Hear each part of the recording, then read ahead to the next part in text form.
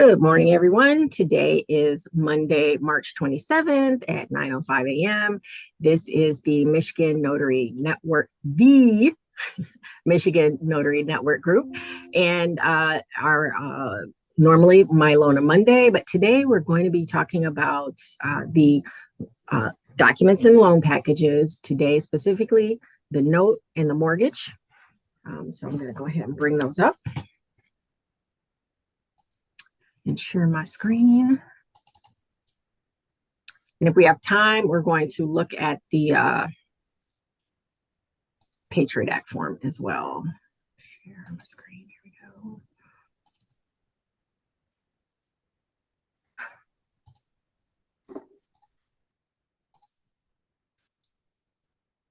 Oh, why won't this stay up?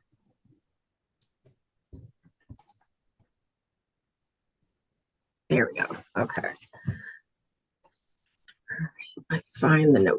It's usually after the closing disclosure.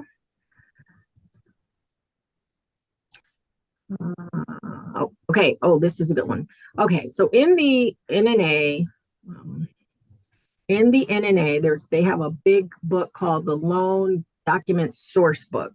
So I copied this out of, let's see if I can make this any bigger. Out of that, and you can see it's a sample from the NNA. This is one of the critical documents in a loan package, and it says that this is the most important. And does anybody know why? You could just come off and off mute and say, "What?" Not you, Leslie. Why this is the most important document in a loan package?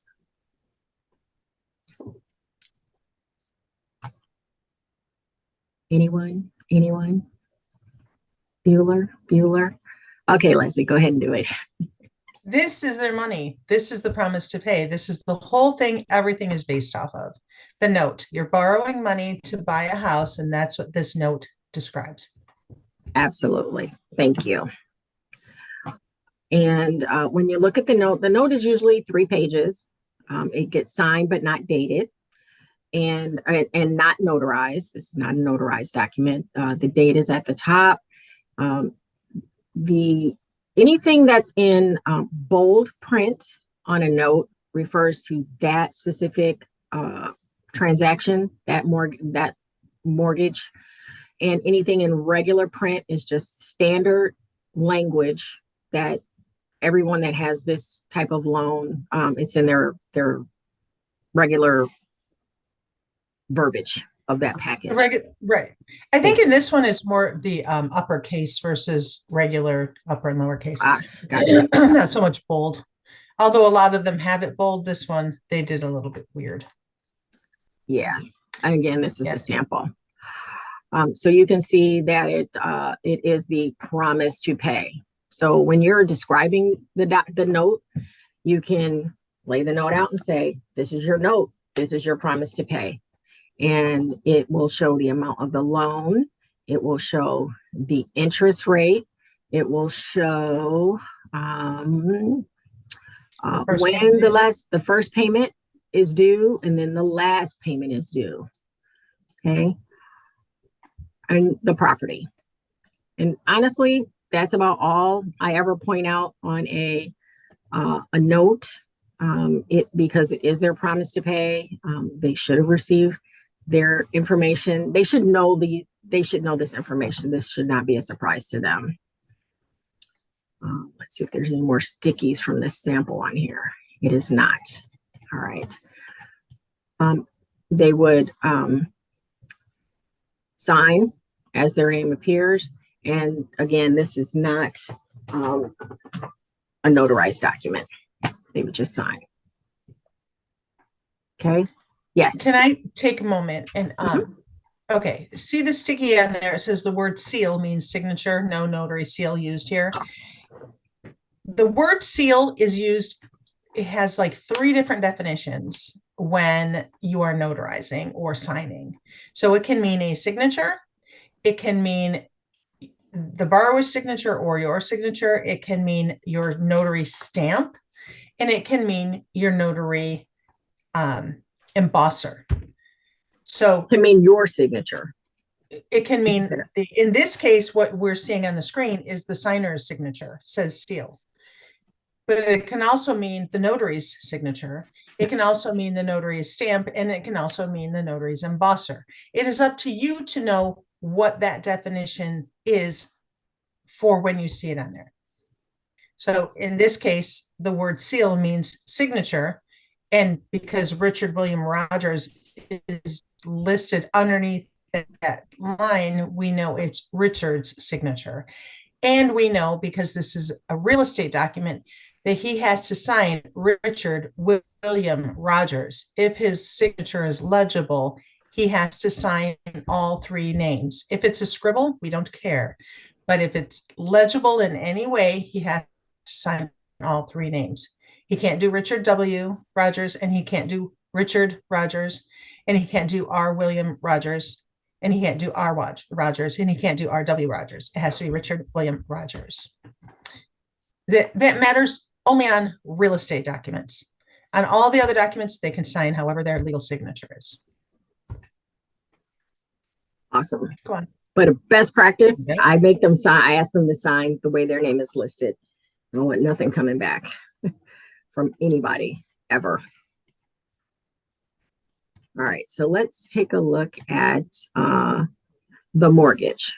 So in some states, they don't have a mortgage. Here in Michigan, we have a mortgage. Everybody's got a mortgage. Some states, it's called a deed of trust. So you can see where I scratched out deed of trust and just hand wrote in mortgage. It really is the same thing, but in some states, they just call it a deed of trust. And this is what they call the security instrument. This is the document that will get filed at the county clerk or county registrar's office. This is it is one of the critical documents. Okay, we said that. And usually you present this with the note. So usually it's the note, then the mortgage. The mortgage gets notarized and you have to put a stamp on it. How do I know this? One, because I missed a stamp once and it came back. So I only made that mistake once. It only takes once for that to happen. Well, every notarization that you do on a real estate document has to be signed and stamped, and all the lines need to be filled in the notarial block. Like even the ones that are repeated on your stamp, they want it all filled in. It's just really, really good practice to get in the habit of doing that. There are some title companies who don't require it, but it's easier just to do it all and get in that habit of doing it. Yep. You cannot sign it or stamp it until after the signer signs his part. You cannot pre-sign or pre-stamp anything. We notarize signatures, not documents. If the signature isn't there, you have done it wrong if you notarize before they sign it. So you can pre-fill in the stuff that's on your stamp, but you have to wait until you're with them and they sign before you can sign and stamp it. And the mortgage says who owns the house. So it says who the lender is, who the borrower is, and then it goes on file as the borrower, being the one who owns it, has to maintain it. Note on here that the borrower has to initial every one of the pages on this one. Yep. There are some title companies who require initials on every single page of the note, every single page of the mortgage, and every single page of any addendum too. Don't miss those. They will come back to bite you. You will be going back out. And in some cases, the notarization block is on a separate page from the signature page.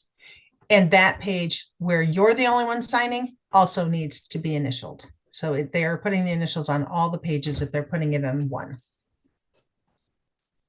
Back to you, Deb. You said it all. That was good. So, yes, you have to be very careful. Look for initials at the bottoms of the pages. Sometimes they're on the left, sometimes they're on the right. But you definitely want to be on the lookout for those, because those can get you caught up. And I'm just flipping down. Let me just scroll down. I do not go through every page when I'm presenting a mortgage. I just like the note. I say everything in bold, or in this case, capital letters, refers to your mortgage, your transaction. Everything in regular font is just simple, language that everyone that gets this mortgage has. And then I asked them, have they reviewed the documents? And usually they say yes. I said, are you ready to sign? Flip over to the signature page. And they're usually about 14 or 15 pages in. Leslie, there's a couple of people in the waiting room. Can you get them? Yep, got them. Yep. Okay, thank you.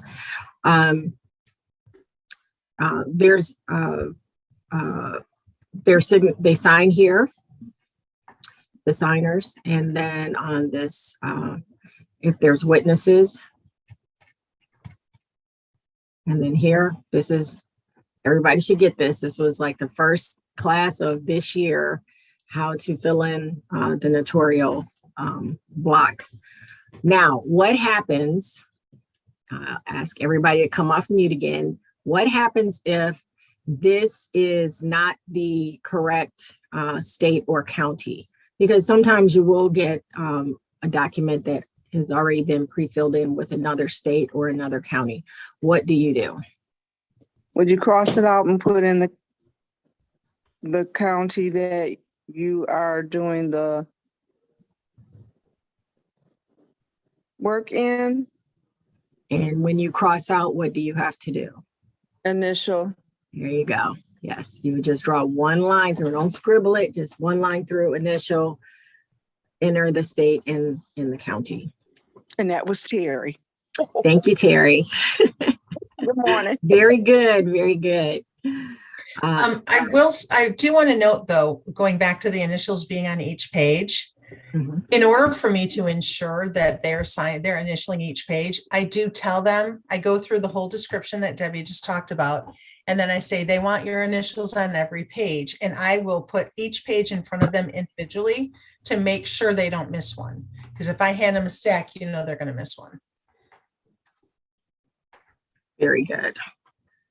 All right. And you would sign your name. You're going to sign, where's his signature? And usually it will say printed name or type name. That's where you're supposed to spell out your name. And then your seal is your stamp. Okay, can you scroll back, just show me the notarial block real quick? Oh, yeah. Okay, so when you see here where they wrote Richard William Rogers, if you have to write that in, you have to write that in exactly the way it is in the document. So if the document said Richard W. Rogers, you have to write Richard W. Rogers. You have to write their name there exactly the same way as it is in the document. And then just scroll a tiny, 3 lines for me, okay? The other way, I'm sorry. Oh, this way, okay. You're too far. You right there. Okay, so we talked earlier about on the note where Richard William Rogers, his seal, right? It was a signature line, it said seal, and then it said seal in this case means signature, right? If you read this notarial block, it says witness my hand and official seal, and it wants your signature. But then scroll a little bit more. So back right there, back on the note, seal was Richard's signature. Here, seal I don't have the pointer where it says witness my hand and official seal. It's your signature. And then down there, it says notary seal. That's your stamp. Yep. It's not the embosser. We don't emboss any real estate documents. So you see, now you've seen all 3 different ways that seal can be used. So don't get caught up on the word seal. Know that they sign, you stamp, you're good. Yep. Okay, back to you. Okay. So what do you do here, Leslie, when it says state of California, but you're in Michigan? You cross this out and say Michigan? I do, absolutely. Yep. You have to look for those too, because California will do that. And I feel like Kansas does it too. where it's in the notarial block. So you have to scan that because you're under the laws of the state of Michigan. Yep. All right. Now here's a question. So on this mortgage, this one has a place for two witnesses. Can the notary be a witness? Don't answer that, For Leslie. California? Not you, Leslie, not you. Only if, oh, I just saw that. Only if the document doesn't say for the witnesses to be. Oh, You're so close. I know you're I know. Like, close.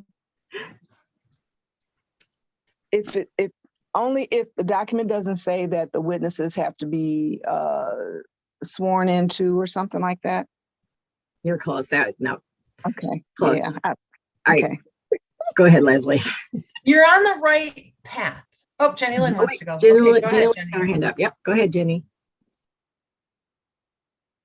Let me try. So you can witness as long as your name is not pre-printed. Is not what? Correct? Pre-printed. Oh, Well, pre-printed isn't even an issue. If the witnesses' names are listed in the notarial block, you cannot witness and notarize that document. Now, it would be personally appeared Richard William Rogers, and there would be a line for the witnesses. If that happens, you can't. Now, I have an attorney who said, just leave those blank. You can't. You cannot leave it blank.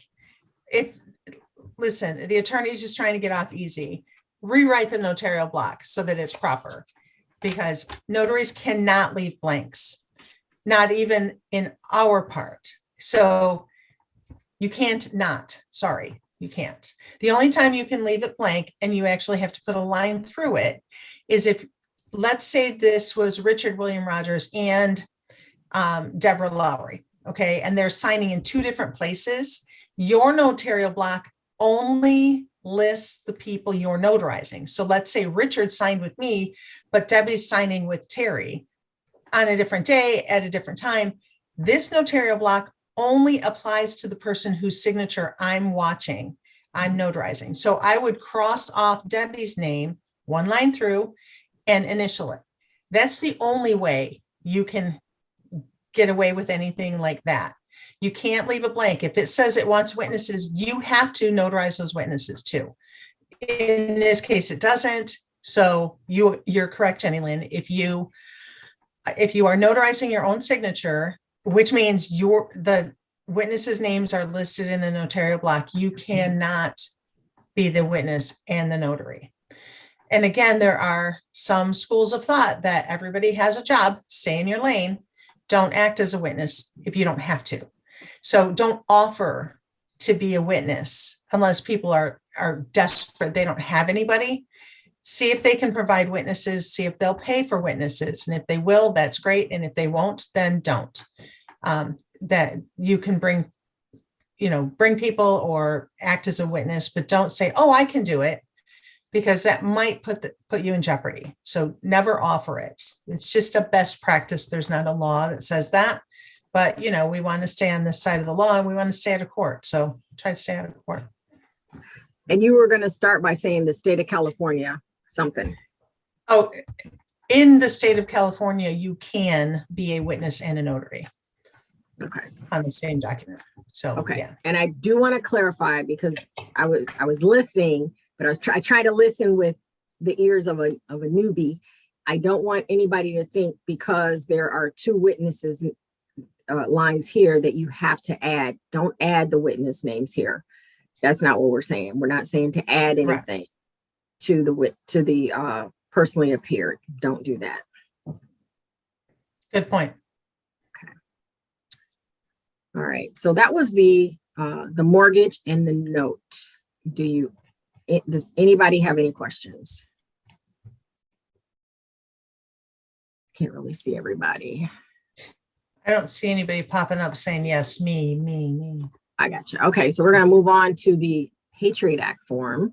Okay, before we move on, or while you're pulling it up, Cecilia had thought you emboss these documents. Okay, so you don't emboss any real estate documents ever. Nobody wants it. Also, there are some people, and I want to clear up that there are a lot of documents in a loan package that we don't notarize. You only notarize if there's a notarial block. You don't add a notarization just because they signed. They're going to sign probably 60 times. I don't know. I never counted. And we're probably going to notarize 12 to 15. Okay. So you part of being a loan signing agent is you're closing this loan for them. So what you're doing is you are presenting the document. You're saying only the words that are legal for you to say, which is very few. And I know you'll probably go to a title office where the title agents do things completely different. Listen, they're not going to court for you if something goes wrong. So don't do what they do. They're not you. You are a notary. They're going to pressure you into not using a journal because they don't use a journal. They're going to pressure you into not issuing an oath because they don't issue an oath. Those two things. So nobody actually needs to use a journal, but it's best practice because if you end up in court, you have to have some sort of record that you were there. That journal's protecting you. So in every job you do, you want to protect yourself. So make sure you're keeping a journal because it's best practice. And yes, you are going to have people. There will be people who will comment on this video and say, I don't keep a journal. I've never been to court. Well, your life isn't over yet. And you could end up in court in 15 years for something you signed 15 years ago. And are you going to remember what you did 15 years ago? Because I'm not. The other thing is an oath is mandatory. An oath is hand up. Do you attest that the contents of the documents are true and you're signing of your own free will? It's that easy, but someone can contest that. And there is case law after case law after case law of people getting out of whatever that document was for because the notary did not issue an oath. Don't be that notary. That is law. And those title people don't do it. The title people also over-explain. Some of them probably can get away with it only because they prepared the documents, so they do know, but they're not gaining from it, so it's okay for them to notarize. But they know the documents so well, and it's hard for them to say, I don't know what that means, but they do know what it means. They work in the title office. You cannot, the notaries cannot paraphrase or say this means this. This is your note. This is your promise to pay. I have somewhere a whole list of what you can say and what you can't say regarding each of the documents. So it's important for you to know what you can say and what you can't say. If you want that list, it is, I know I got it from the NNA, so it's on there, but if you want me to try to find it, send me an email and I will send it to you once I find it. It might not be today. But you've got to memorize what you can say and what you can't say, because if you say too much, that's overstepping and you can actually get in trouble for saying things that aren't allowed. So there you go. Back to you, Deb. Thank you. You're That was welcome. good. All right. So now we're going to look at the Patriot Act form, which sometimes the documents will look different. I think I have two different ones in this package. So we're going to look at both so you can see the differences in the two documents. This is the form that I don't like. And then you'll see the one that I actually do like. I probably should like this one better because it has more space. Well, usually when I get them, this stuff is usually filled out already. Like on some of them, it's already, I have one right here. I can't show you because it's got their information on it, but where the borrower's name, they actually filled it out already for me. Mm-hmm. But it doesn't have like their driver, the stuff that you have to fill in. It does. It has their name, their address, their loan number, their date of birth, and their social security number already there. Yep. And then at the top, it's got the name and loan number, all that good stuff, and the date is on there. The only thing I have to do is their identification and sign it Yep. And date it. Okay. So the Patriot Act form is a form that the borrower, the co-borrower, and the co-borrower would need to sign. It is another method of identifying the borrower.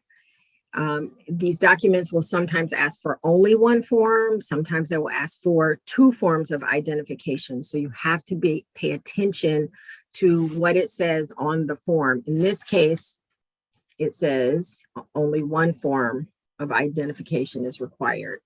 And it can be a government issued, the best form, the ultimate best is always the passport, because that one is like the best thing. Driver's license is good. Any kind of government issued identification card with a picture is what they're looking for. You would put their information, the state, the driver, the number, the issue date, and the expiration date.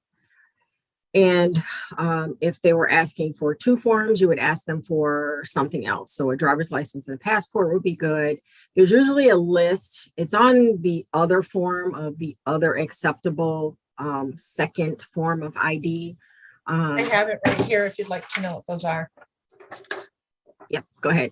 Secondary forms of identification must display borrower's name. So you'll notice that all the ones that are shown there, the method of identification they're allowing, all have a borrower's name and photograph. Okay, all of those have a photograph on them. The secondary form doesn't have to have the photograph. So here are your choices. Social Security card, and yes, you need to see it. So let's stop there. I'm going to pause to my the if-thens, always that. So Social Security card is listed just like all the rest of them, and it wants an issue date and expiration date. There isn't one. So you can just put a line through for those, okay? But the Social Security number is usually in all of these documents. However, if you're going to use that as a form of ID, you have to actually see that form of ID. So anything that's listed here, you have to be able to hold in your hot little hands, okay? You can't use the copy that they made for you as the form of ID. You don't know for sure that that's theirs. So you have to actually hold the ID in your hands, the original one where you can turn it over and see the back, not a copy of the front and back. That's not legal. You are saying by filling out this form that you have personally verified this information. So by having it a copy on the piece of paper, that's not your personal verification. And if you are using the Social Security number that's on the same page that they're asking about, you're not verifying that. You have to hold it in your hands. So you can use a Social Security card. You can use a government issued visa. You can use a birth certificate, a non-US or Canadian driver license. Now, I don't know, it says non-US/Canadian. I don't know if they have a driver's license for Italy that you can use that. I have no idea. I don't usually get it. I don't have those. That's not been a thing for me. Their most recent signed tax returns, you can use that. Now, obviously that doesn't have an issue date or an expiration date.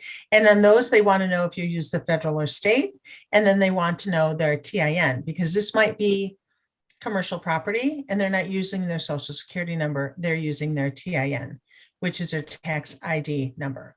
Okay. Property tax bill, they want to know what their property tax number is too. Voter registration card, organizational membership card, which I have used Blue Cross for that. Like health insurance is an organizational membership, believe it or not. When you have health insurance, you're part of an organization.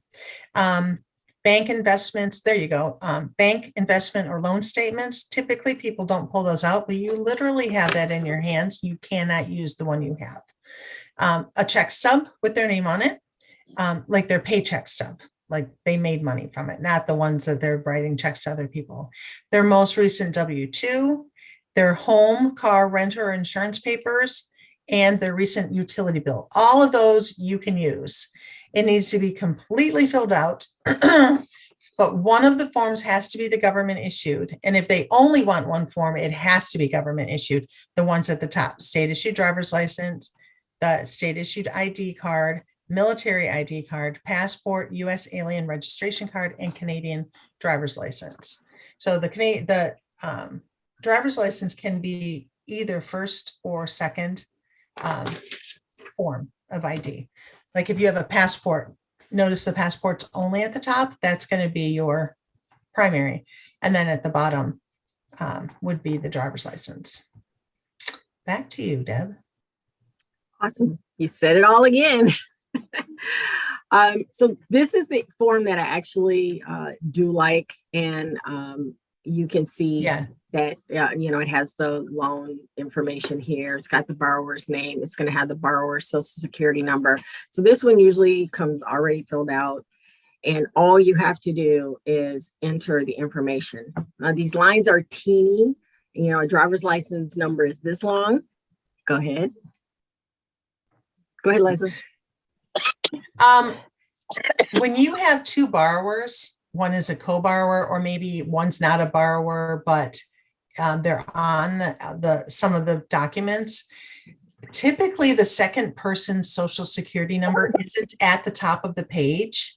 So you need to look at that and fill that in. You've got to find that out and Or put they that in need there to fill for that them. in. Yeah. No, this form is for us to fill in. The Okay. Yeah. borrowers don't sign this form. We fill in this entire form. They don't sign it, just we do. So we need to see that social security card and write that in there. So what if they don't have their social security card?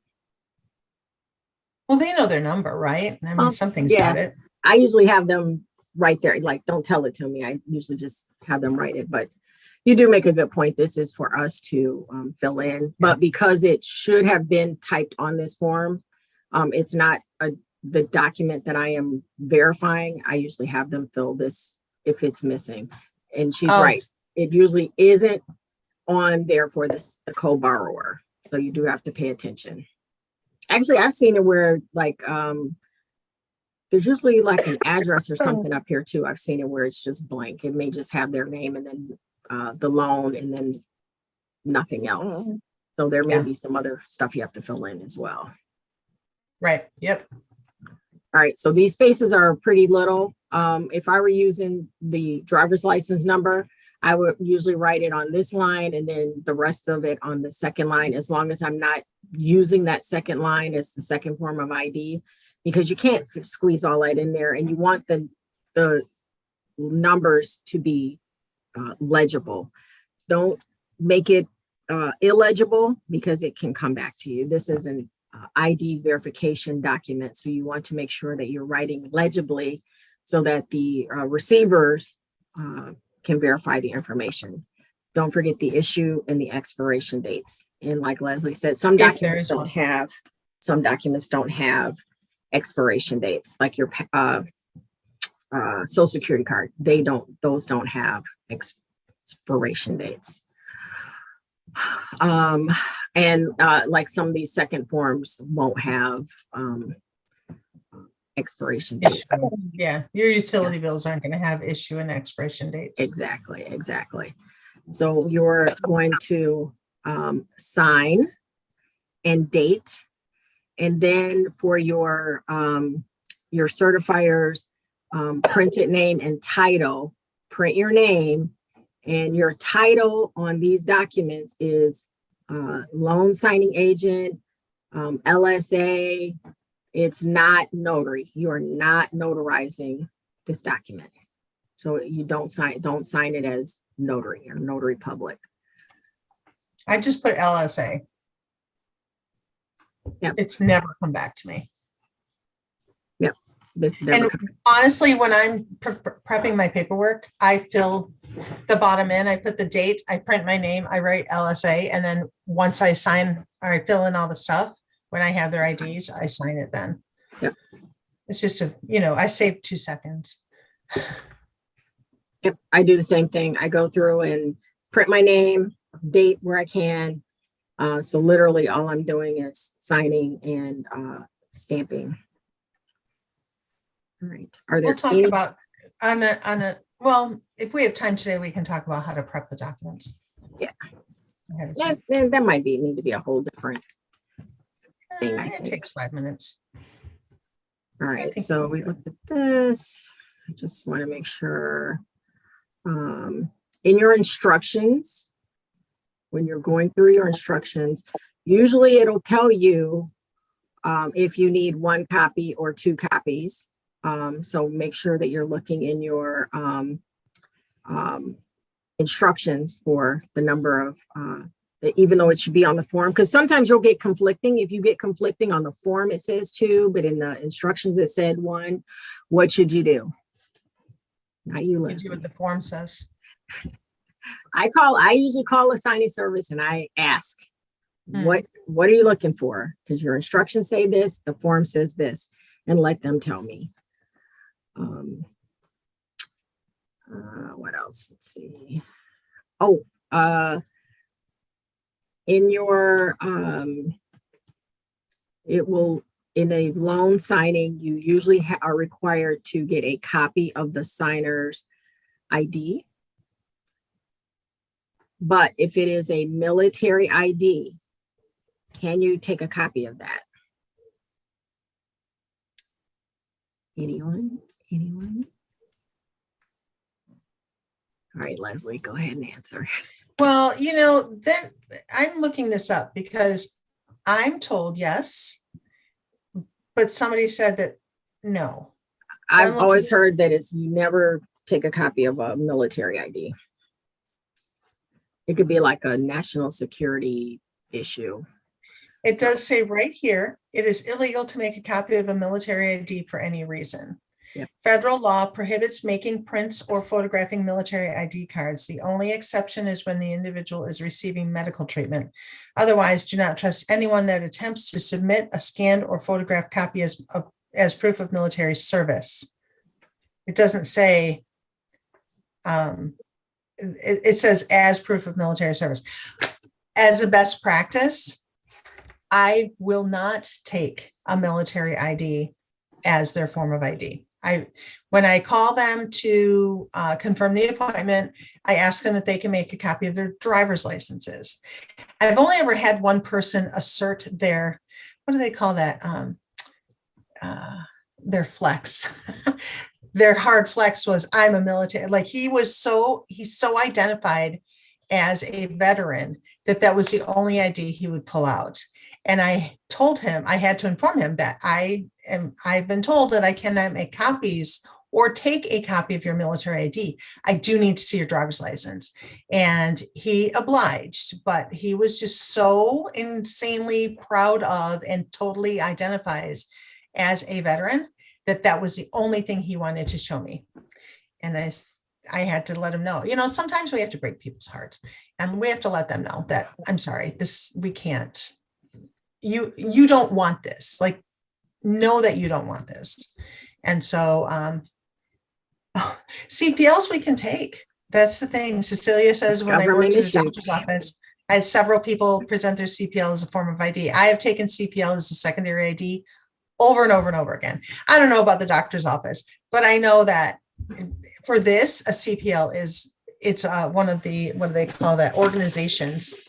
And that's another flex. If they have it, they're pulling that out. They're like, I got you. I'm like, thank you. Do you have one for every gun? Because I know you probably have 40 of them in the house. So yeah, whatever. People flex the way they want. It's how they identify, and they are who they are. Just sign the papers so we can go. That's how that comes down to. All right. So we have 15 minutes left. What kind of questions did we bring up in your minds that you want the answers to while we're here? We don't? Oh my gosh. Okay, well, I'm going to see if I can find that the loan documents thing, the descriptions. I don't know. Gosh. All right, while you look for that, I want Terry to tell us about her wins this past week. I know she got some good stuff going on.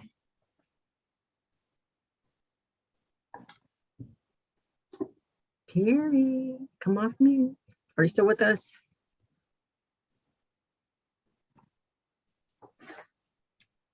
She's there. She's just been typing though. I wonder if, You always catch people when they like go get coffee or go to the bathroom. oh yeah. I found, okay. How do I don't know how to make this save shareable. Hold on, I have this one. You want to send it to me and I'll put it in Bitly. Sure. That's probably the easiest way, isn't it? Yeah. And then you can put it up there. You can. I actually have two of them. They're written differently. I don't know if the words are the same in both of them or not. In a place that you all can go to get descriptions of loan documents, there's something called Quizlet, Quizlet, I think. No, Quizlet, yeah. LET1Z. Okay. Yeah. That is like a study guide kind of app. I don't know how else to describe it. They have all kinds of things in there, but if you go in, you type in loan signing, there are tons and tons and tons of, they come in like a flashcard. They're like flashcards that pop up, and they'll have the question on one side, and then you click it, and then it gives you the description. So you can always go into Quizlet. I think you can do it like a free trial for so many days. Make sure you cancel, or they try to charge you or something. It might have changed. It's been a couple of years since I tried to use Quizlet, but that was one of the things that one of the resources that one of the training things that I've gone through suggested that we use. So Quizlet is another good thing. Quizlet is actually really good. So I use that to cheat on a lot of tests. Actually, if you just type in the whole question into Google, it'll take you to Quizlet, and they'll give you so many answers without having to sign in. But it's really good if you have any kind of questions. All right, if we aren't supposed to leave blank lines, what happens with the lines where the borrower's name is printed? Those are blank because the question's already answered. Do you want to pull up the notarial block again, Deb? The one you had? Yep. And I'll show that technicality there. I got off Zoom. All right, share my screen.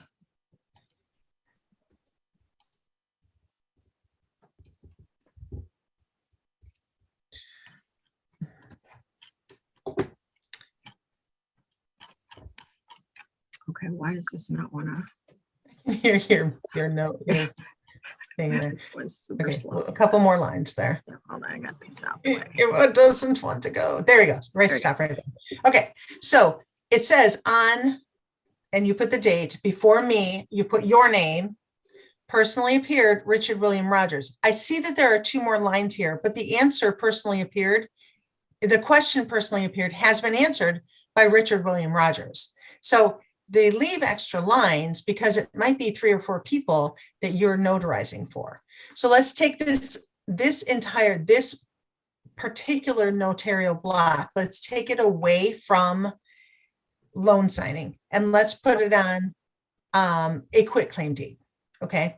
And let's say that John and his 7 siblings are all quitclaiming this piece of property that their parents have had in the family up north for years.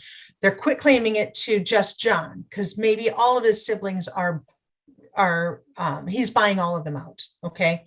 In that case, you're notarizing the signature of all of them. So you're listing all of their names there, and then you're signing it.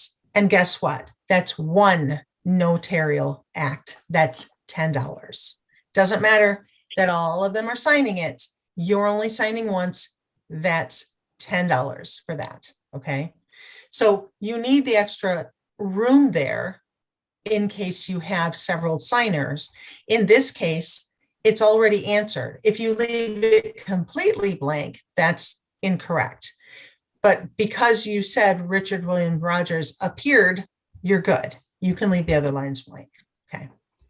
Thanks, Deb. Mhm. Okay. Any other questions?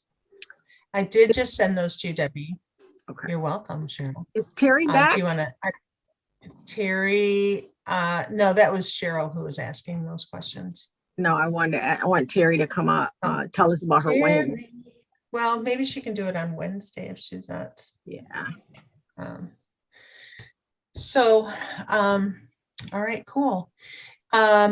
Another line that you guys might be able to find work through is smaller attorney offices. Somebody found me recently through somebody else. Networking works, I'm telling you. And I had 2 jobs this week to go pick up papers from one place, notarize it, and take it to another place. Quick $50. Like it took, I don't, by the time I sent it, because I was on vacation, so I sent it to Debbie. She said, did I send that one to you? And you couldn't get to it? I don't remember. Anyway, Lisa ended up doing it.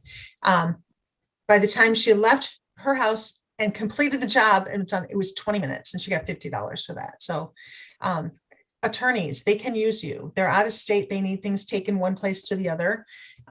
Pick it up, stop by, grab the paperwork, take it over, notarize, done. Sometimes it's not even a notarization. It's just picking up the documents and moving them around, which, they can't, we're quicker and cheaper than overnight. Overnight's like $80 for one sheet of paper. So they're going to use us. Put it out there that you do document prep or document delivery. Just a thought, just trying to help y'all make money. Okay, any other questions before we head out for the day? We covered a lot today. We have a lot of good information. So, all right, none out there. You guys have a wonderful day. Lakeisha, I'll see you in a couple hours. And then, all right, we'll see the rest of you on Wednesday night. All right, I'll email these documents to everyone. Let me take a quick screenshot so I make sure I got everybody. Yay. Yes, There you thank you go. all. Oh, let me All stop right. recording. All right, thank you. All right, see you guys. Bye. Thank Bye. you.